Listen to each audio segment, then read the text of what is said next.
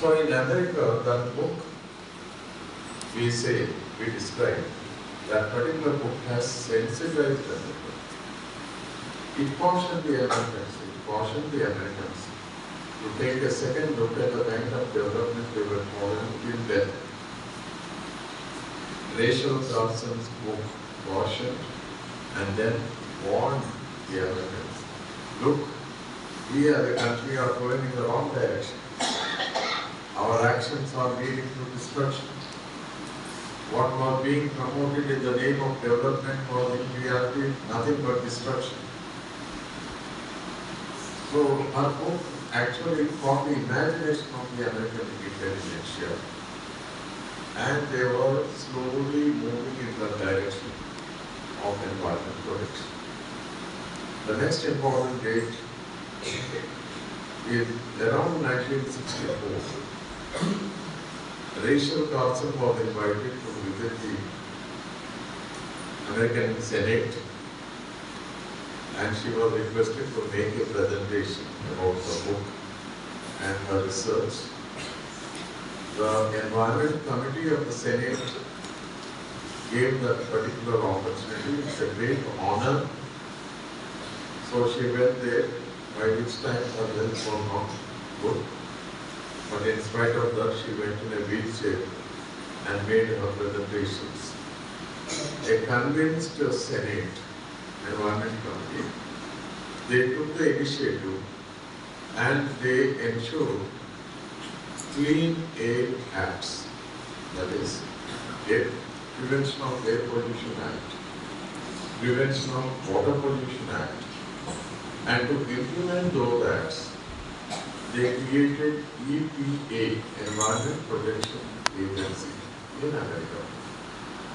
That was a very big contribution, and that is why Rachel Carson is considered as the source of modern day environmental.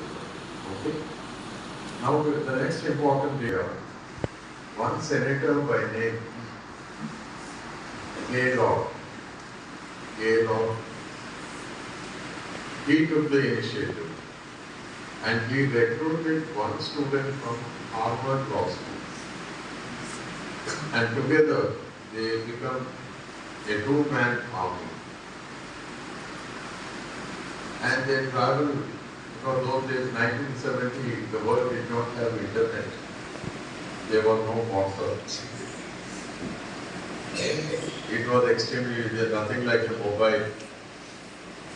Only the beginnings of the mobile were there, like pager and so on in America.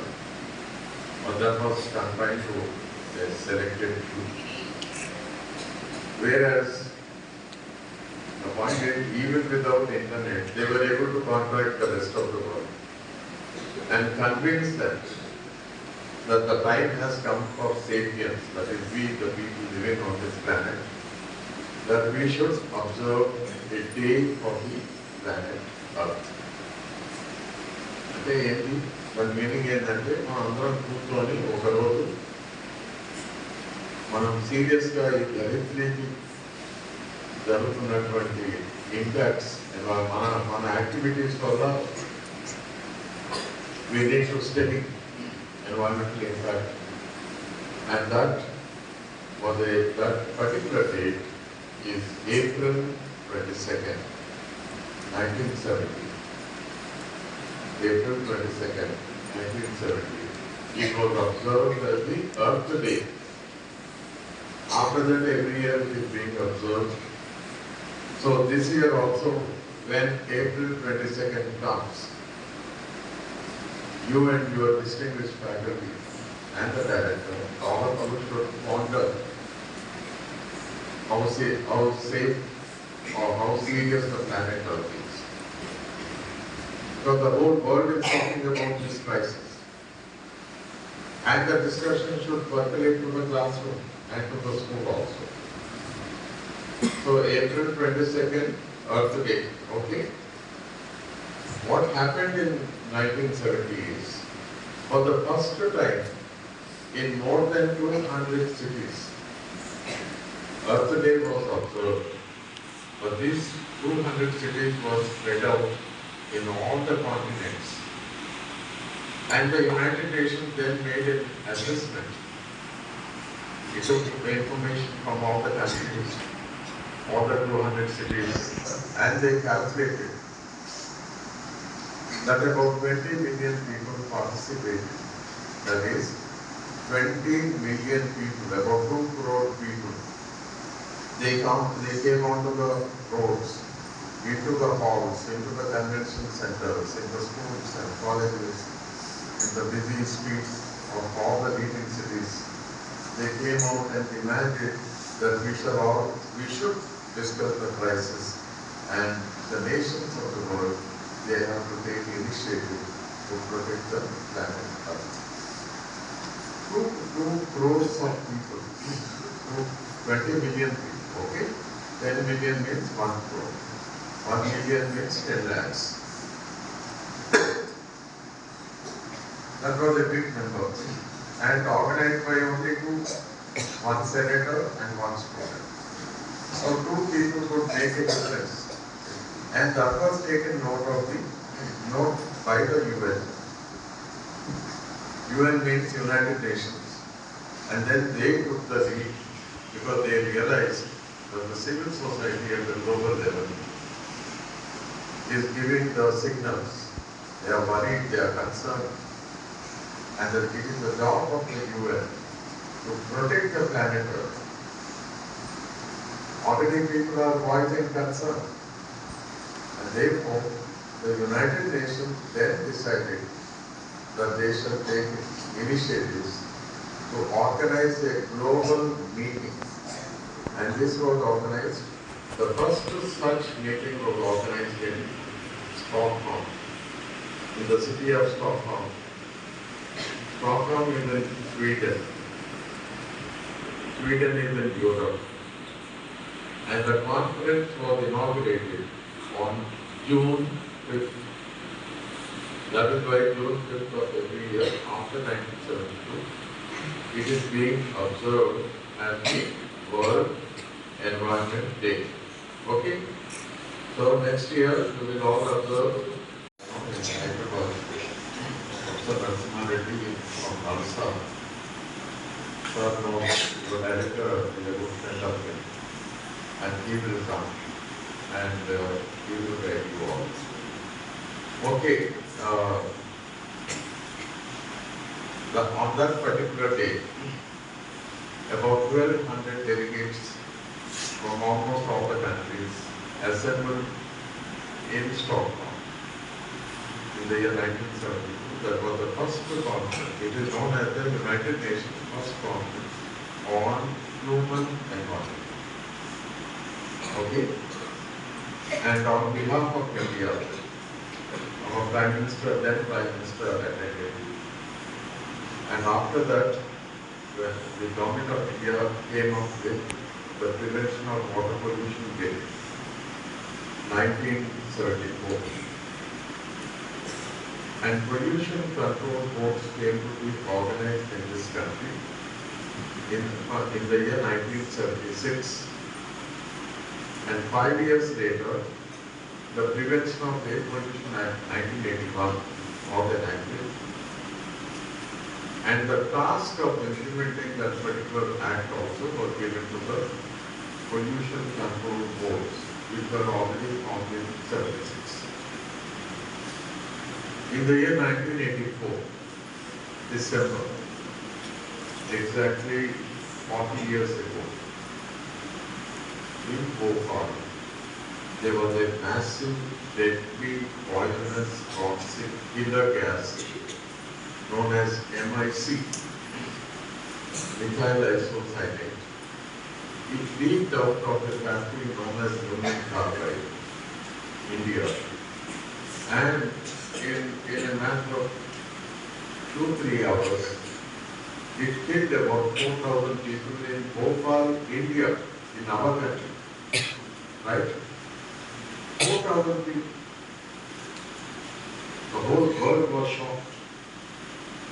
It is known as the world's worst industrial accident. That is a separate story about the legal struggle. Some other day we will they came up with an enactment, a new law, and that is known as Environment Protection Act, EP, Environment Protection Act, 1986, because it takes some time for the government to come up with proper legislation. So 2 years after the accident, the second year, Environment Protection Act was created. But then, to implement this particular act, the government of India from 1986 to present day, they have not created an appropriate authority, agency, or agency. The task of implementing EP Act, Environment Protection Act, was given to the pollution control. So youngsters, please follow. Environment is a very big subject, a very massive, multi-dimensional, multi-sectoral subject. Whereas pollution is a chapter in this wonderful book, the Book of Environment. There is an organization known as the Pollution Control Board to deal with pollution. How can they deal with the subject of environment? They are not equipped. As a result, in this country, several government decisions, they go wrong, even private industries. They destroy the environment. And we don't, though we have the law, because we don't have the authority, an agency. As a result, there is a big gap between the promise of the law and the way it is implemented. Now, after that, we come to 1983. Friends, please follow this. Between 1972 and 1983, approximately 11-12 years time, after the first conference at Stockholm, the subject of environment became extremely popular. There was so much of research, all the universities and colleges in Europe and America were connected.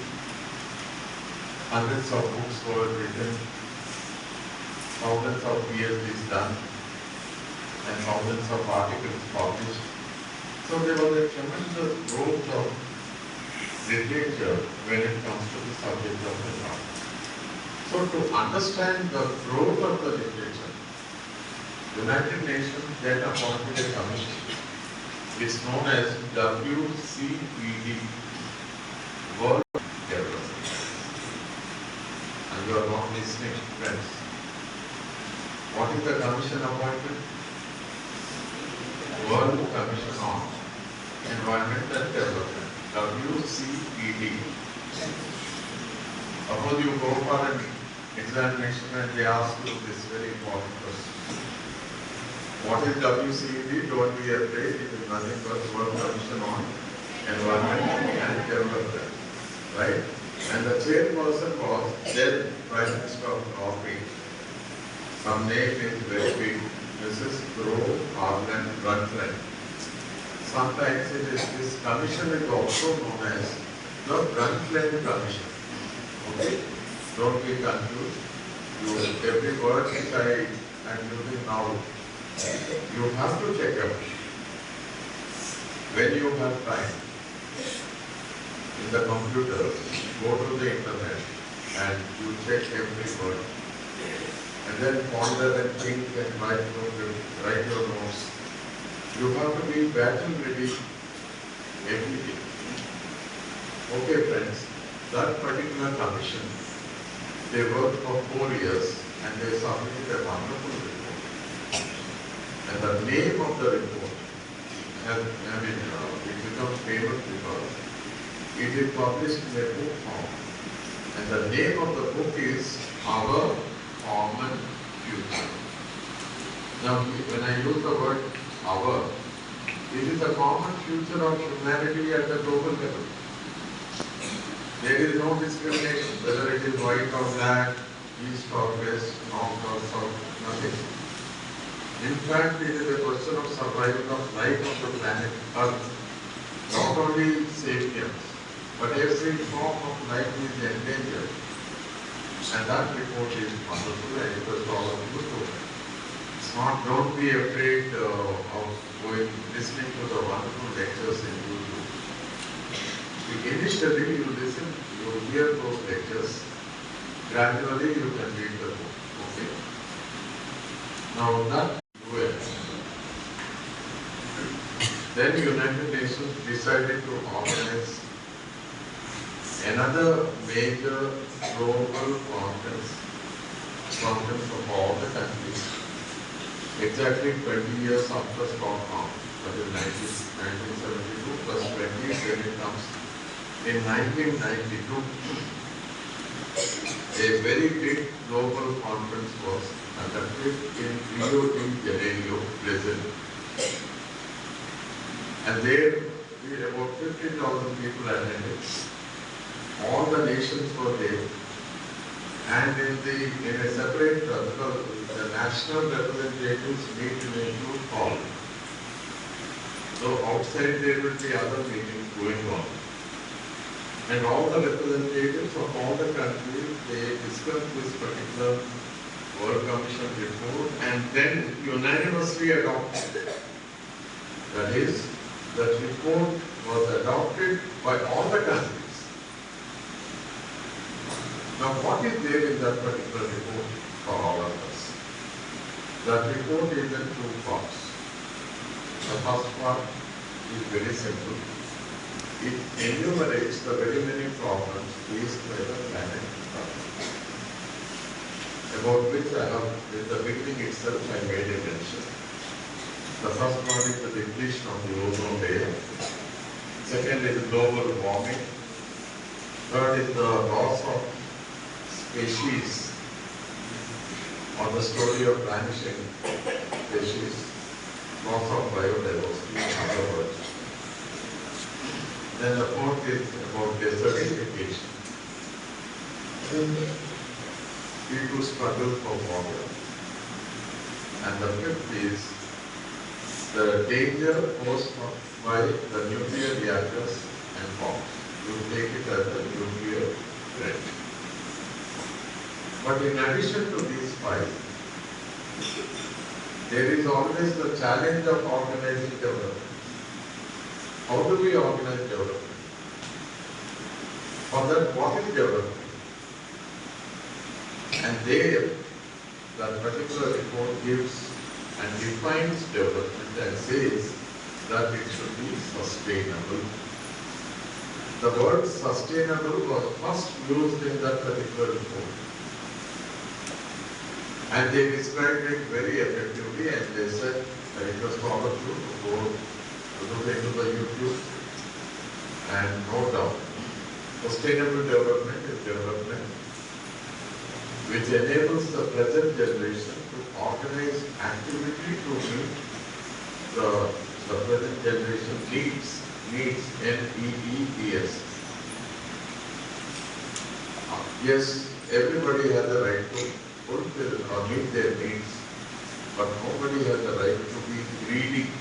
There is a difference between need and greed. And here Gandhiji's famous dictum, it is known word over.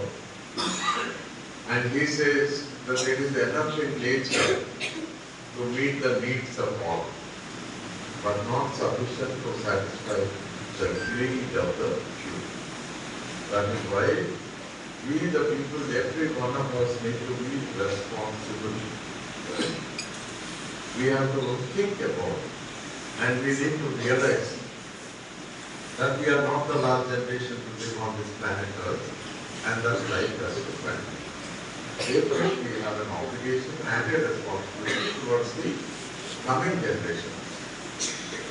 Friends, after having accepted the World Commission report, in that particular conference, we also adopted about 3-4 resolutions. The first one is about the global warming leading to climate change. And to address that particular issue, they created an organization.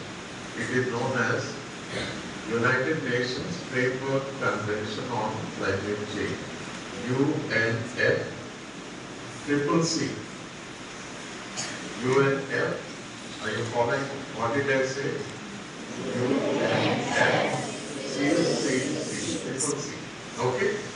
United Nations Framework Convention on Climate Change.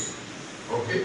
And under the aegis of this organization, conferences of parties, COP, conferences of parties, that is all the countries which were a party to the resolution such Rio de Janeiro 1992, a conference of these countries will be organized in the days to come. And from 1995, when the first COP took place, to the present, this year, 2024, the world met 29 times. How many times? 29. You must have read recently about COP 29. Conference of Parties 29. Now here parties means nations. All those countries which are a party to the resolution. So don't be confused. So it was a global, every year a global conference is being organized. Next year, COP 30 will take place. Okay? Now what you have to do is, to beginning with the Earth Day and going through the World Environment Day, sometime in July, August, September or October, when you are more comfortable, you yourself organize a conference of students, a conference of youngsters, right? As a forerunner for COP 30. And then you decide, you come to, will help you. You come up with resolutions and drafts and send the results of the people of this country. We want you to discuss these issues at the global level and tell, you can even directly send those resolutions to UN. Okay? In addition to that, they adopted a resolution on desertization, a convention on biodiversity, CBD. Again, CBD global discussions are going on. So far about 16 have been held. And there is a lot of progress on every topic. In addition to this, they came up with what is known as a vision document. And that document is Agenda 21. It was adopted by the nations of the world in the year 1992 at Rio. And it was intended to enable the world, prepare the world to enter the 21st century or the new millennium on an environment-friendly note. Agenda 21, you just Google and it is there. After that, I come to year 2000.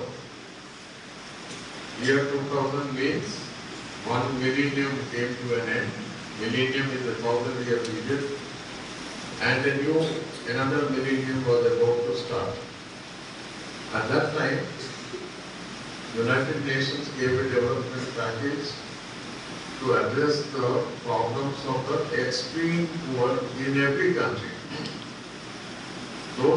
That package is known as Millennium Development Goals, popularly known as MDGs.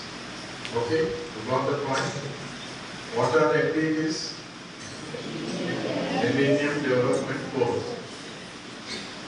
You will be number one in the entire country.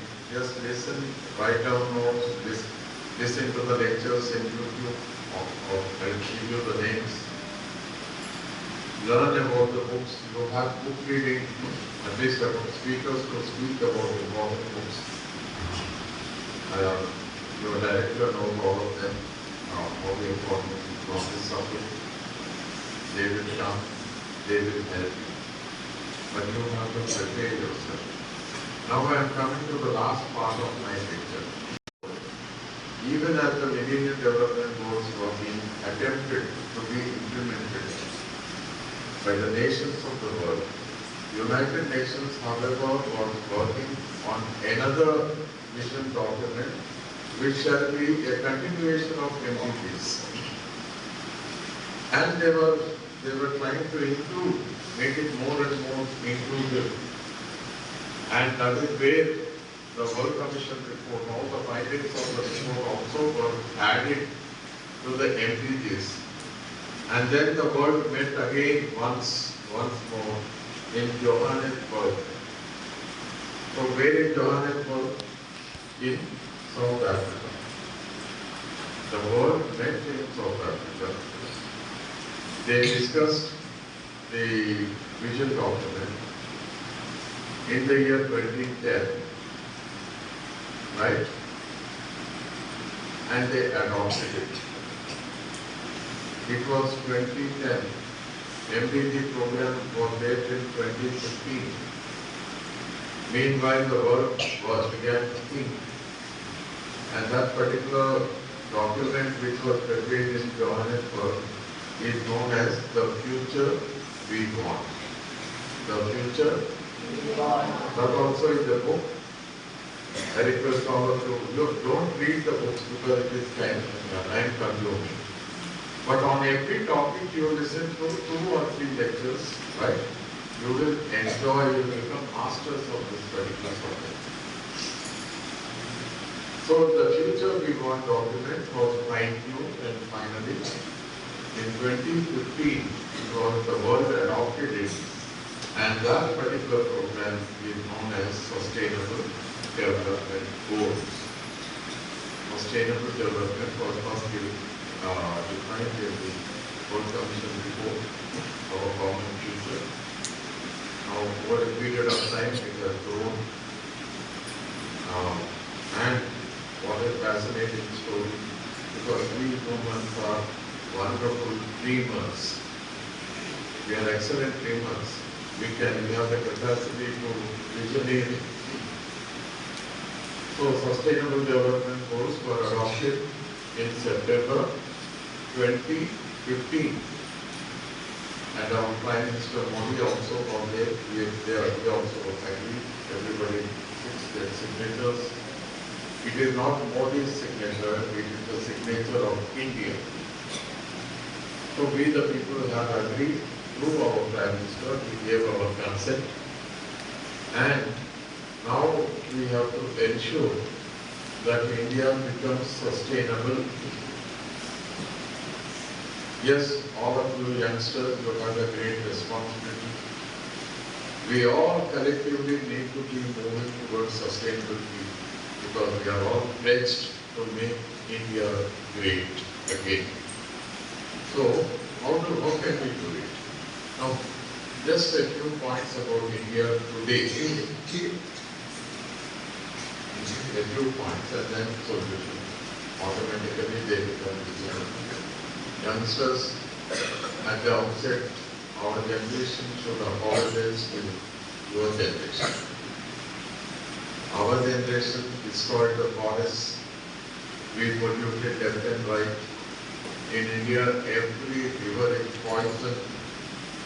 The air in Delhi, entire North India, it is the air quality index is about 10 times the permissible limits. What should be below 50 is 500 plus occasionally. In Pakistan, it was 20 times, but that is no consolation. All the people south of Himalayas, from Afghanistan, Pakistan, India, Nepal, Bangladesh, we are all, the entire belt is in a critical situation. In addition to that, every Indian city, the air quality index is beyond the permissible limits. It is very dangerous. Our lungs are being affected. Our health is affected. So we have to discuss these issues, and you are free to send an email to the President of India, Prime Minister, Chief Justice, and saying, yes, you have a right to health. In fact, the Supreme Court recently, when Justice Chandrachud was the Chief Justice of India, a very important landmark judgment was given. And that is, we the people in this country, a new right has been added. And that right is, that is we the people, from henceforth, in the days to come. And because of this new right, we will have the right to be protected against climate change, against the extreme weather events. A new right. We have a right to life, right to clean environment, right to good surroundings, right to health, right to safe drinking water. But we also collectively have a right to be protected against the extreme weather events, and the Supreme Court of India itself has given this wonderful judgment. And you youngsters, because we have a new right, we have a right to clean air, clean water, clean surroundings, and good food without pesticides. That is why I want the youngsters to be informed. And you become leaders. You can send your email to the Chief Justice. Sometimes your email will be treated as a public interest litigation. One email. If the garbage is not removed, you have a right to say that the garbage should be removed. Yes, be conscious of your rights. Be also conscious of the fact that you have fundamental duties. Article 51A(g). It makes it mandatory for everyone to do their duty of protecting environment. So it is our duty. The Constitution runs in the name of we the people. The Constitution is the supreme law of the land. So you have to be informed. And you are going to, when you grow up, the world will be even more knowledge-based society. We are talking about skills, but the direction of skills should be sustainable.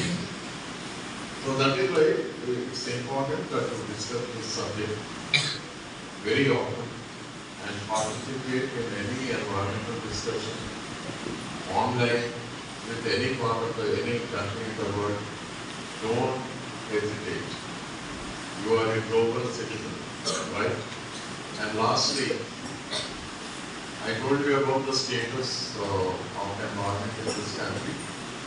I just want to add that it has become extremely difficult for life to continue to survive with dignity in this country. So good governance also is a very important thing. But for all the benefits of good governance, it is we the people who need to be vigilant. That is why eternal vigilance is the price we need to pay in a democracy. I am a well-wisher of my school and the distinguished faculty here.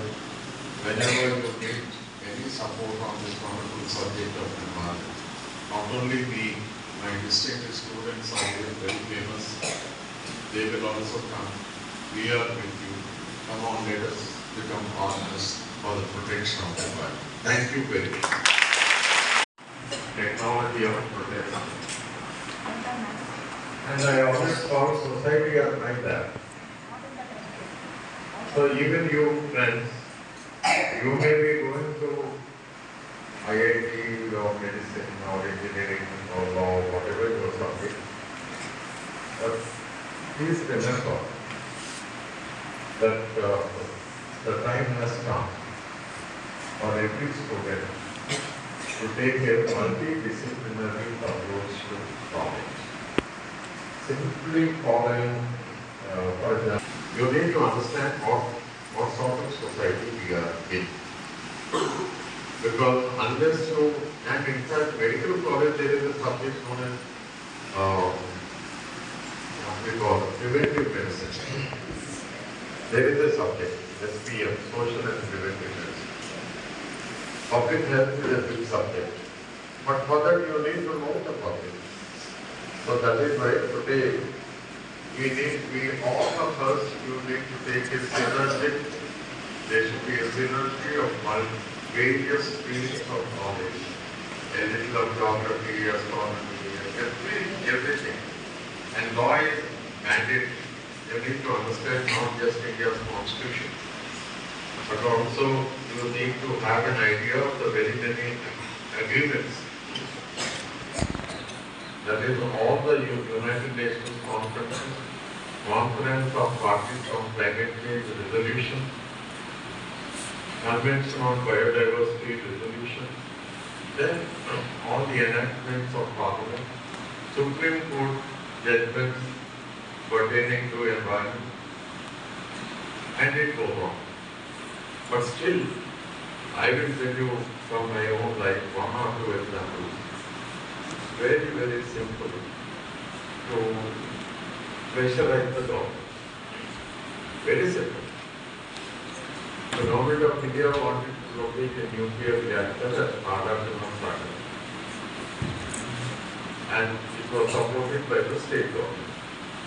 Way back in 1986, December, early 1987. But what happened is, in 1986, there was an accident in Chernobyl in April. And that was the world's worst industrial accident. A nuclear reactor burst, and there was so much of radiation. You know what? That particular example I am giving because how the mighty Soviet Russia, because then Ukraine was part of USSR, and in spite of the fact that USSR was a superpower, even in spite of their very, what we call capacity, still Chernobyl region is under complete isolation. In the 30-kilometer radius all around Chernobyl, that particular region is prohibited. So what happened is, when the government wanted to go in for a nuclear reactor in Nagarjuna, we were, myself and Professor Shivaji Rao and Dr. Gopal and a few others from my own department, Professor Reddy. We were all there. We took up the subject and we went very deep into it. We studied, because we believe knowledge is power. And with that we went into the district service meetings in every college in YouTube, and other up to approximately 5-6 districts, including Parliament. And in the very many seminars and roundtables that we conducted, public attention was there, people were convinced. But fortunately for us, the Institute of Engineers in Hyderabad organized a debate between the Atomic Energy Commission and our group. And from because there was a conference very late, I was alone in that debate. I asked a few questions to the chairman of the Atomic Energy Commission, then could not answer.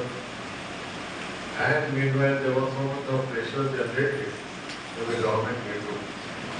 That is, an ordinary citizen, when citizens question, and when it is based on knowledge and information, and if it is connected with the human rights, it can never be defeated. Though occasionally there may be delays, we fought and got several orders against interstate pollution in Maharashtra. We got 40 orders from the Supreme Court, several from High Court and AGP on garbage dumping for the protection of democracy. So many, because particularly Hyderabad has the largest number of success stories in the entire country. So it is possible. One determined individual, when that particular citizen takes up issues, based on knowledge, the society will definitely support. There are many, at least I can just drop down to 40 major success stories when it comes to Hyderabad. I mean, it is possible, therefore be confident. You have a great role to play. Pursuit of wealth is second. Everybody will survive. Nobody is going to stop once you are educated. But then the question is,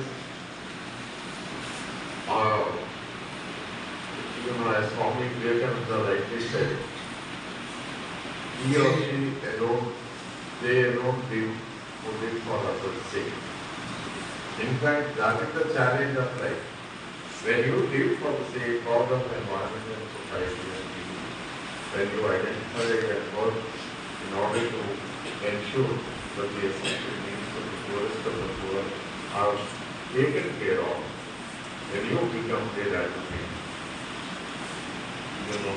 that is the way to live life. Because we need to make this country great again. Okay? So be confident that one email, even while as you are studying, you can send directly to the teacher. But what you write, it should be in correct English or whatever language, there is no problem. But it should be based on facts. It should be based on correct information. And you should know the law, and then you are right. You demand, yes, I have the right to tell you. And I have this problem. Then you put the law at the court of the Chief Justice, and the court will answer. Thank you.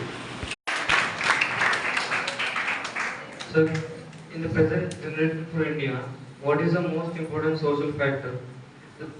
The economical development of the country, of the prevention and sustainable development of environment.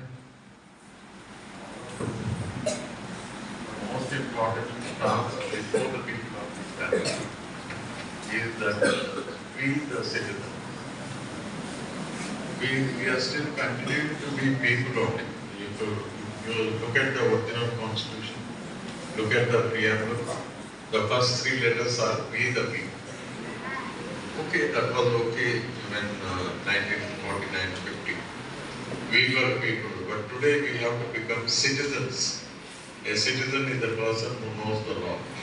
A citizen is a person who can articulate for their rights, right? And also do the duty on their own. Nobody should tell us to pay our tax. We should pay it automatically. On the road, we need to follow the road rules. Everything, we have to become responsible. I think for India, that is the most important. Okay, foreigners, for example, do elections.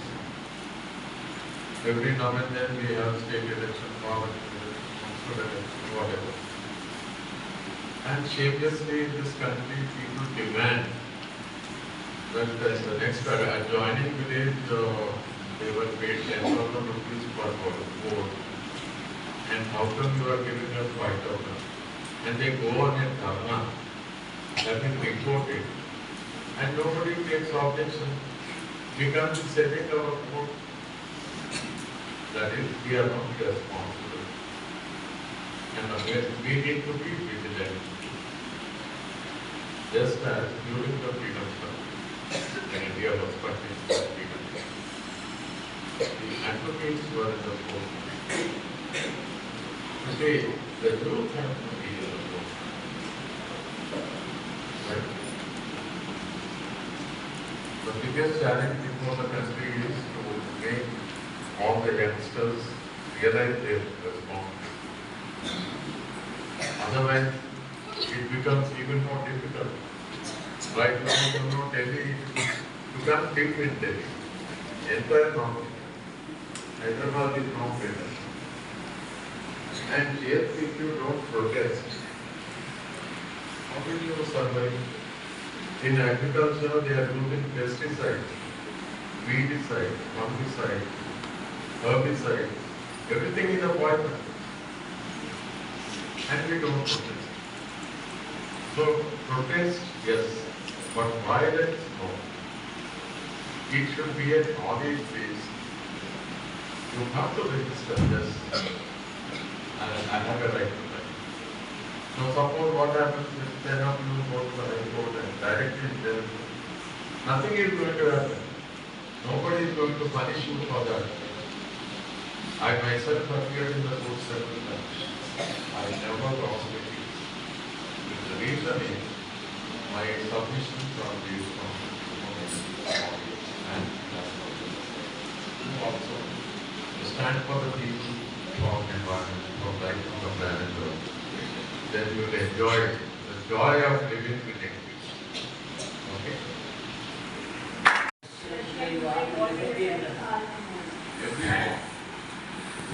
Every war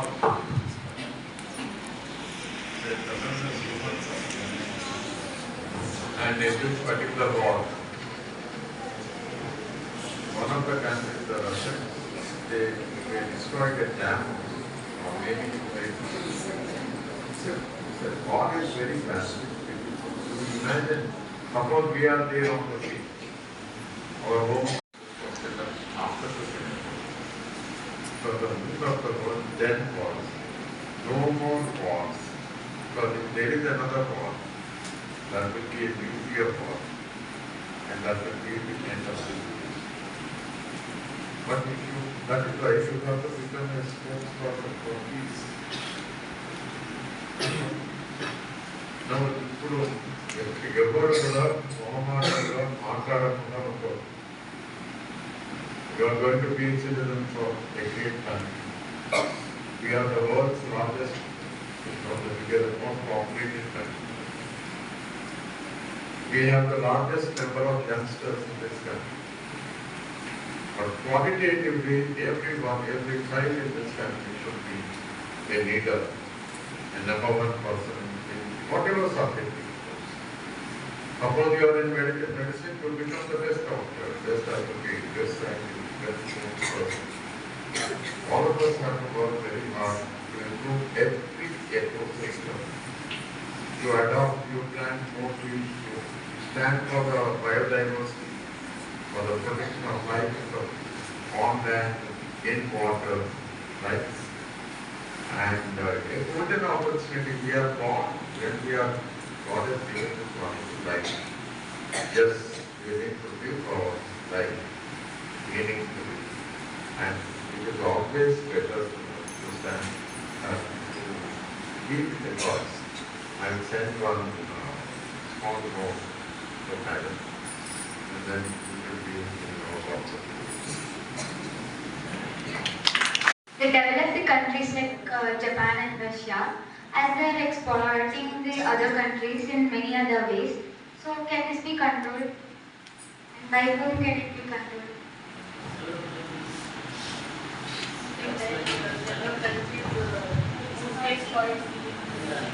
So how can it be stopped? So first of all, I don't agree developed countries because they are not developed. This is the word which has been used from them. They are the people who destroyed the environment. Right? They conquered the world, they exploited the natural resources. They are the worst polluters. In fact, they are the biggest contributors to global warming. And yet they call themselves developed. That is wrong. Therefore, I oppose that. Every country, in fact, there should be there is an international force, we can go to the border, and we need to prosecute. They have agreed multiple times to support the so-called developing countries with new technologies and funding, but they are not implementing their instruments. But then you should not be quiet. You write a letter to the United Nations Secretary General active, right? We have internet. In India has the largest, our people use this phone everywhere, throughout the country. Actually, when we were uploading uranium mining in Allahabad, Eastern Ghana, they invited me and I went there. Deep in the forest, there were 3 meetings. And believe me, when I was speaking, hundreds of people were recording my speech in the mobile. And by evening, they passed it on to water groups, and finally the whole area was sensitized. There was so much of pressure on the government that within 2-3 days, the then Chief Minister and his son, Chief Minister in Assembly and JDR and Council, both went there and said, we are not going to allow uranium mining. They are the people who gave the first signature. But because of public pressure, the consent was withdrawn. So that is why we need to be vigilant. We need to put sense into the political parties. None of the Indian political parties have R&D. R&D means research and development. We have to create conditions for them to go and study deep into public policy. For the benefit of the school here, your director is part of a group which is we are building up a vision document to ensure this particular state is on the road to sustainable development. When that is ready, we will put it for discussion. All of your views also will be assessed. Suggest some books that we students can read about environment or understand the environment. Some are books to students.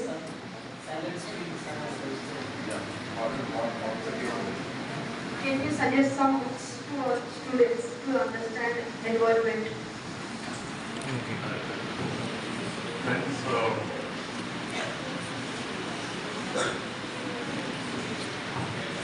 here I want to be very simple. I know your time is very precious. You may read one book and be suggesting people who apply. But you listen to the lectures regarding that particular. For example, there is a beautiful book, Design with Nature, by I-A-N space M capital C small, then space I-A-N Medchal, I-A-N-M-C-H-A-R. That is the book, but actually the book is very tough, so what is it? You may read it later, but you listen to it in lectures. The author is no more, but what a public personality. I am Medchal is a world #1 landscape architect. Wonderful. Then in addition to that, there is a book Limits to Growth by a couple, Donita and Dennis Meadows, man and wife in Italy. They wrote an excellent book. It's about economics. When we pursue the kind of development that is being pursued by the Western countries, there are 2 major limits. One, the depletion of the natural resources, including the increasing cost of food. So that kind of model economic can't help us, because natural resources are limited and pollution once is already crossing the threshold limits. The crisis is very serious. You can't go on adding CO2 emissions and other emissions to the planet Earth. Okay? There are a lot of books. For you youngsters, I request all of you to watch David Attenborough's Our Planet series. There are 8 episodes, and the best one is his witness statement. It starts with Chernobyl. What an excellent! In about 50 minutes, you get a wonderful idea of the loss of biodiversity and vitamin C. all of you, when you watch this wonderful, even on your telephone, you can watch mobile. And please use this technology for positive purposes. Be confident and you are going to be a winner. There are many, as I told you, Samvidhan, the making of India. There are other books for seniors. For example, I always recommend Imperial Planet by MIT. MIT means Massachusetts Institute of Technology, Boston. That is supposed to be world number one. And their book Imperial Planet. So wonderful. They are easy to copy. You can easily follow. But subject to balance your present studies. This is extra. So any student with passion, who is passionate about environment and who is very keen on becoming a global hero, I request you to go through all these books. There are many more. In fact, in Delhi we have this Center for Science and Environment, and their status reports of India on environment and development. They are also in 1983-85 publication. But there is a book called Dying Wisdom, Dying, D-Y-I-N, Dying Wisdom by Sanskar. They know more. But what a book. It is about the traditional water harvesting technologies that existed or continue to exist in Rajasthan. Rajasthan is all about water harvesting. But then the present generation should connect to the traditional wisdom of the people of this country. Dying wisdom enables. Also, don't hesitate to once in a way go to a village and try to attend a Rama Sabha. Rama Sabha is direct democracy. So they will have an opportunity to understand the rising aspirations of the millions, though in a village context. Understanding a village is like understanding a cell in the body, regarding the body quality of but I have made my own opportunity of additional information.